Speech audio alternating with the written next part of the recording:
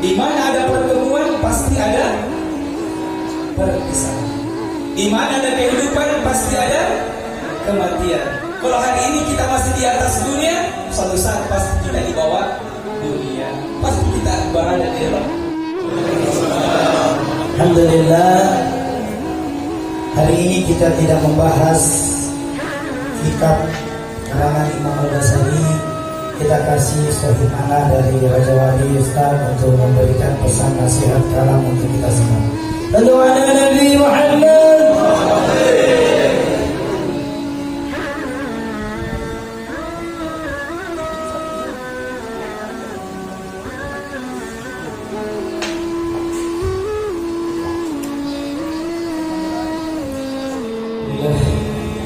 Alhamdulillah Malikil Ma'bud Al-Karim Al-Maqsud Khaliqil Jud Mudir Ma'i Fil 'Ud Wahidun Ahad Fardun Samad Karimun Mawjud Tanazzaha 'anil aba'i wal abna'i wal ummahati wal judud Ahmaduhu subhanahu wa ta'ala wa huwa latiful wadud wa ashhadu an la ilaha illallah wahdahu la syarika lah شهادة من شهدها دخل الجنة وفاز فيها بالخلود وأشهد أن محمدا عبده ورسوله سيد الناس من بيض وحور وسود وصلى الله على نبينا محمد وعلى آله صلاة وسلاما دائمين متلازمين ما نبت زرعا وعرق عود wasallama tasliman katsira amma ba'd.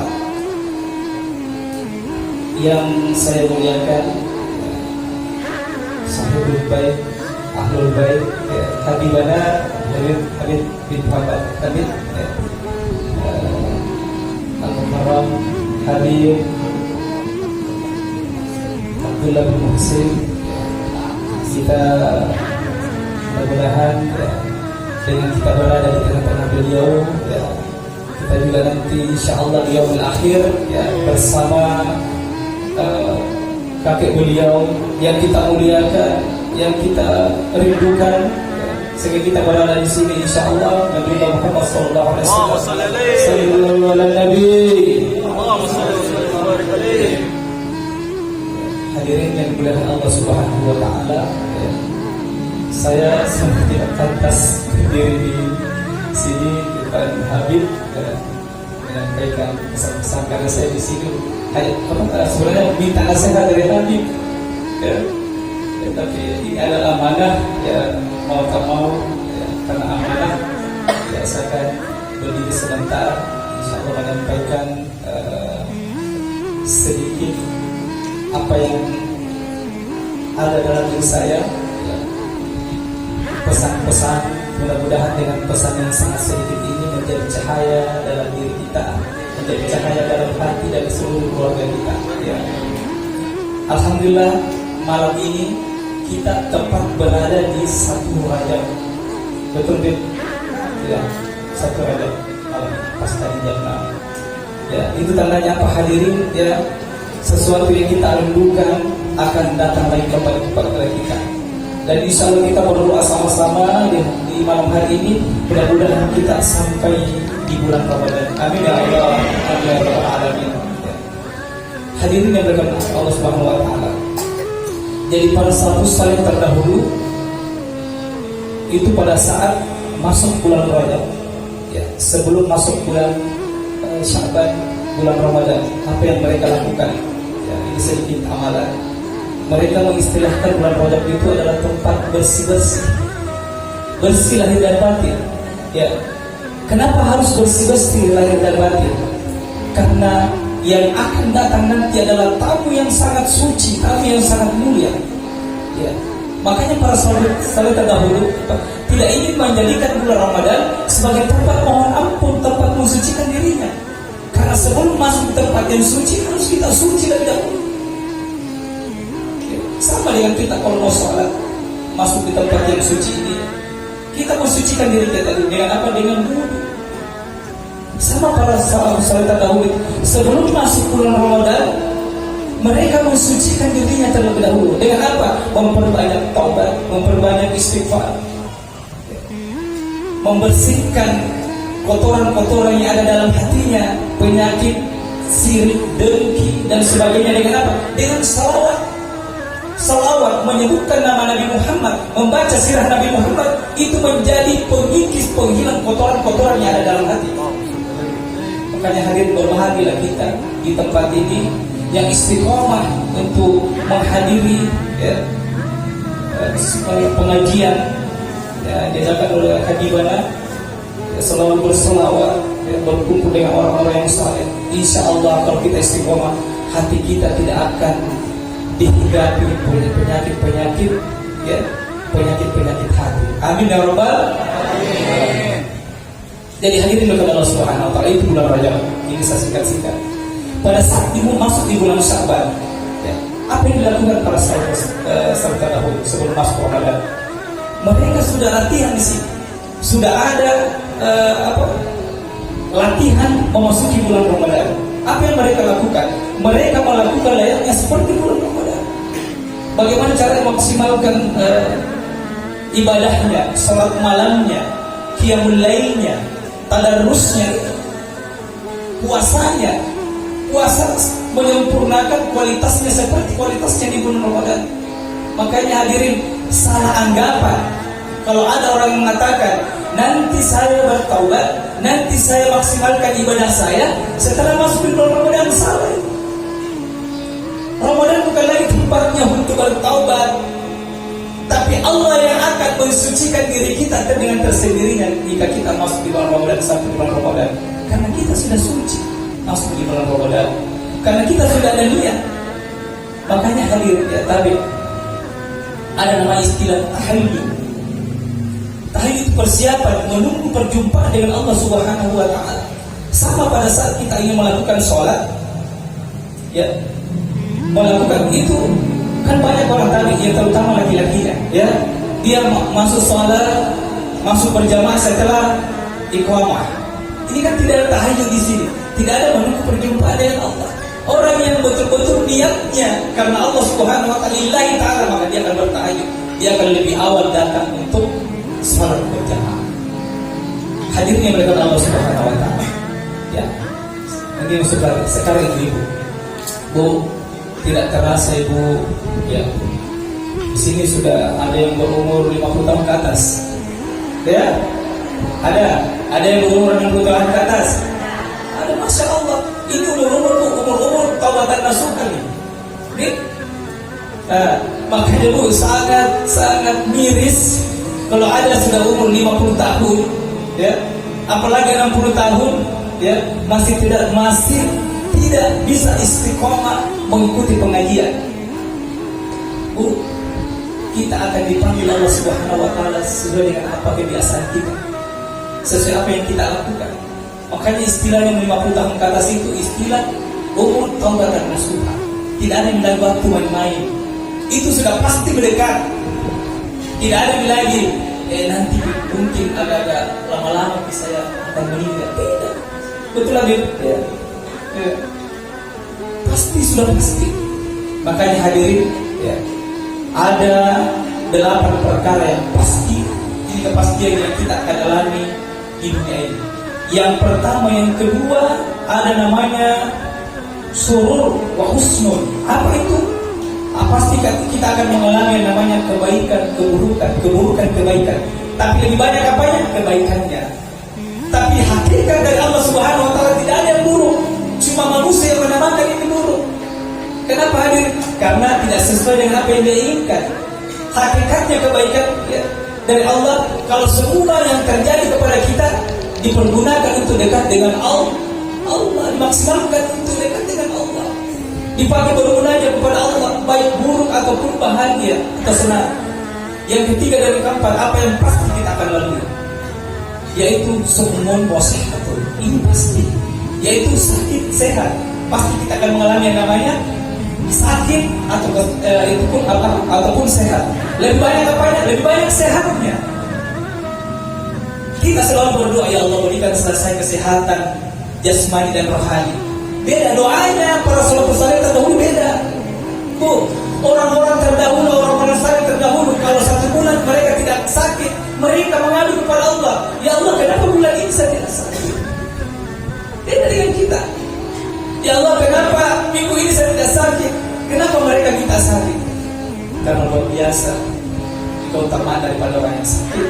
Pertama, digugurkan dosa-dosanya, diangkat, dan lebih kualitas daripada ibadahnya itu lebih meningkat, lebih dekat dengan Allah. Beda pada saat kita sehat.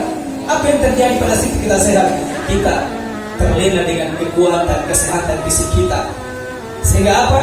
Kita terjebak dengan dunia, terjebak dengan mencari dunia.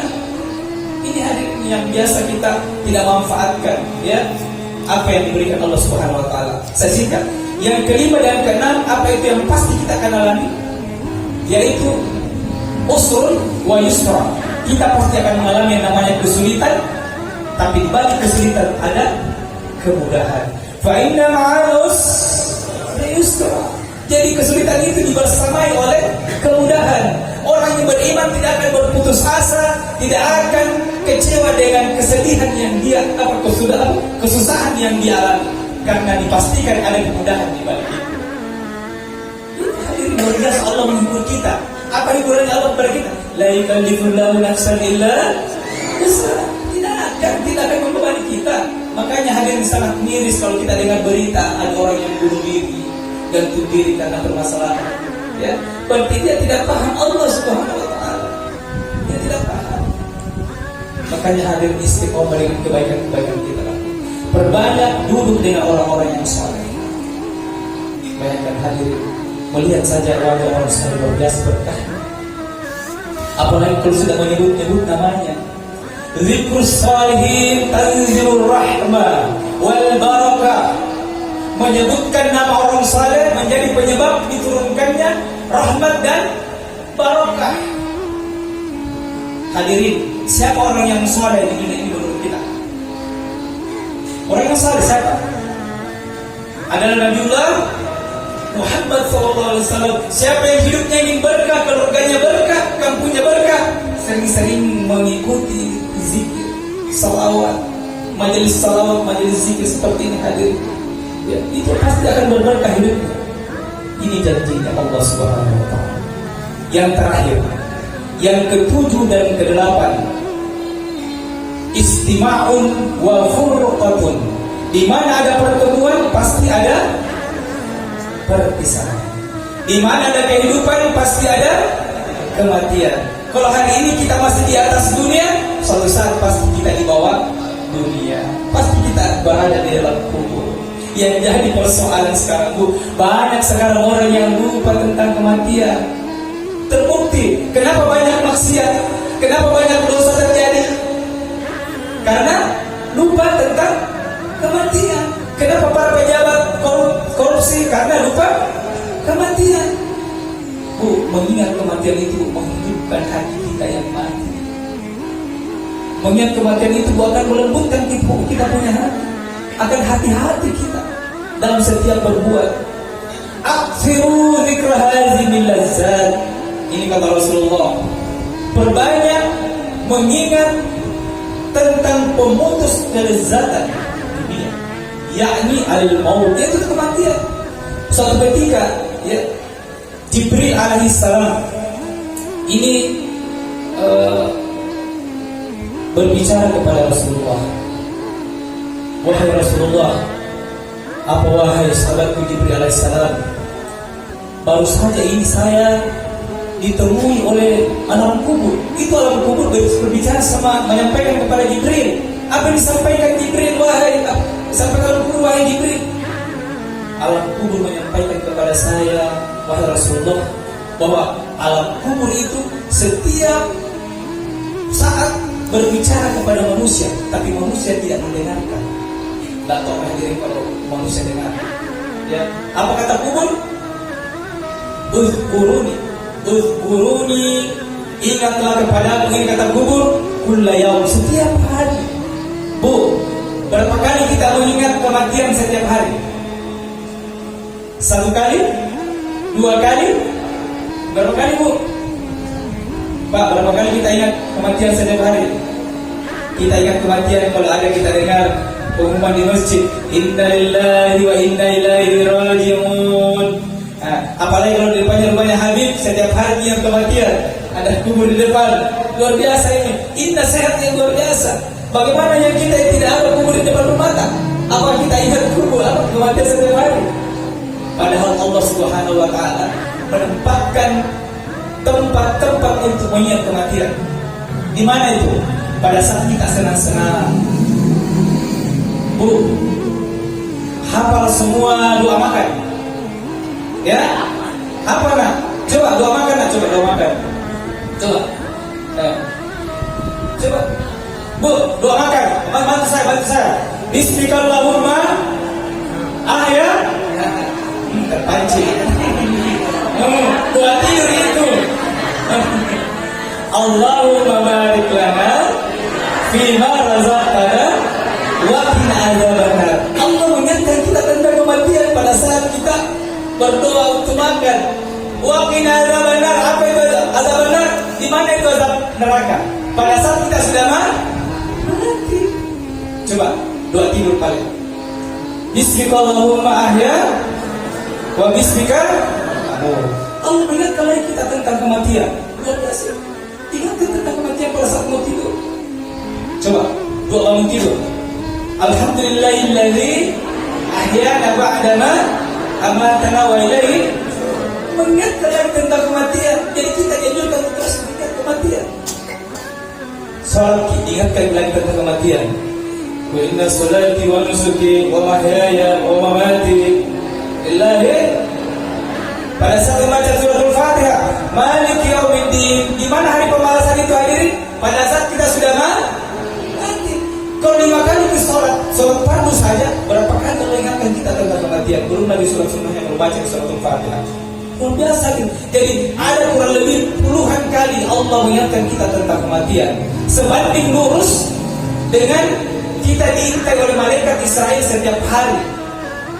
Setiap hari malaikat Israel mengintai kita. Luar biasa. Berapa kali malaikat Israel mengintai kita setiap hari? Setiap 20 menit malaikat Israel datang kepada kita.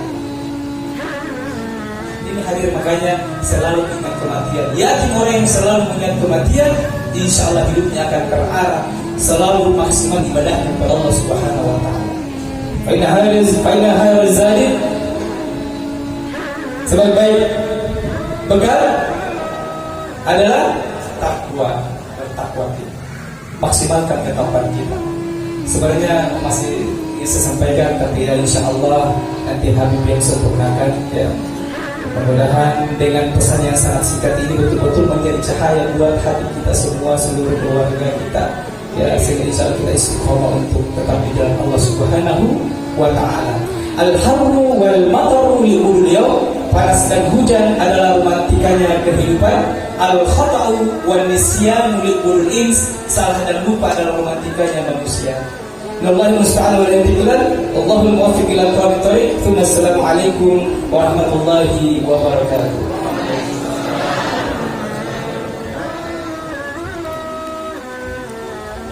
Alhamdulillah, semoga apa yang disampaikan oleh beliau bermanfaat untuk kita semua.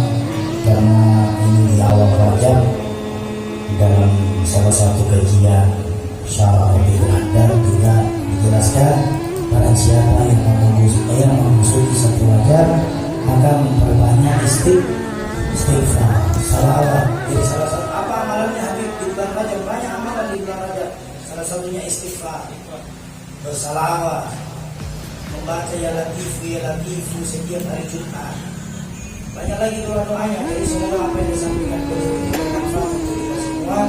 Insya Allah di bulan Rajab ini bulannya Allah, di bulan Sa'ban bulannya Nabi Muhammad SAW, di bulan Ramadan adalah bulannya umat dari Nabi Muhammad SAW.